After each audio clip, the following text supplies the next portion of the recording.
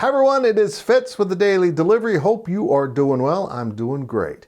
I hope you're enjoying the search for Kansas State's new basketball coach. A lot of great coverage over at GoPowercat.com, including our latest version of the hot board for VIP customers. You got to be a subscriber to get the best stuff, but we have a great deal going right now, 50% off an annual subscription to GoPowercat to become part of the 24/7 GPC family. Head on over. I want to touch on Bruce Weber's closing press conference one final time, hopefully.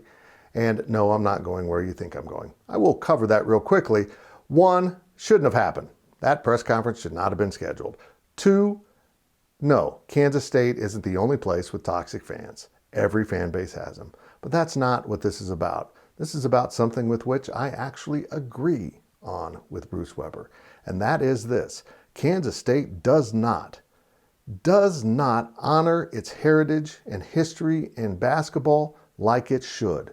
Too many of you don't quite get it. You think it's too ancient. It's not relevant to the current world of college basketball. You might be right in some ways, but it is still relevant.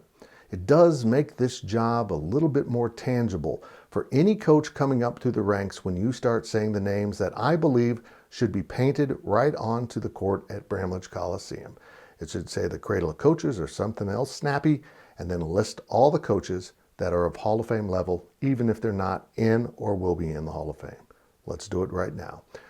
Jack Gardner, Tex Winter, Cotton Fitzsimmons, Jack Hartman, Lon Kruger, Dana Altman, Bob Huggins, Frank Martin, and yeah, Bruce Weber. Those names should all be out there on the court. They're incredible line of coaches. It's an amazing history of coaching at Kansas State. Final Fours, Elite Eights, conference championships. Bruce Weber played a role in all of that. It just fizzled at the end, and it's time to move on.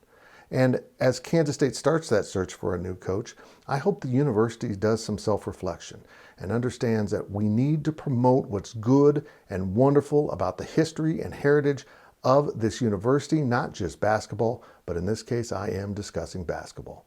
Honor that history.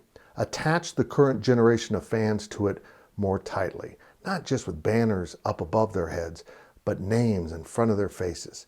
Names that will be on the court every time K-State appears on national television. It's time to make a great hire. It's time to bring back that history. And it's time to raise everyone's expectations because they're too low once again. Being above average in your conference isn't too much to ask. Being a regular participant in the NCAA tournament, something more than half the conference does every year, isn't too much to ask. Demand more. After all, Hug said it. Why settle for second when first is available?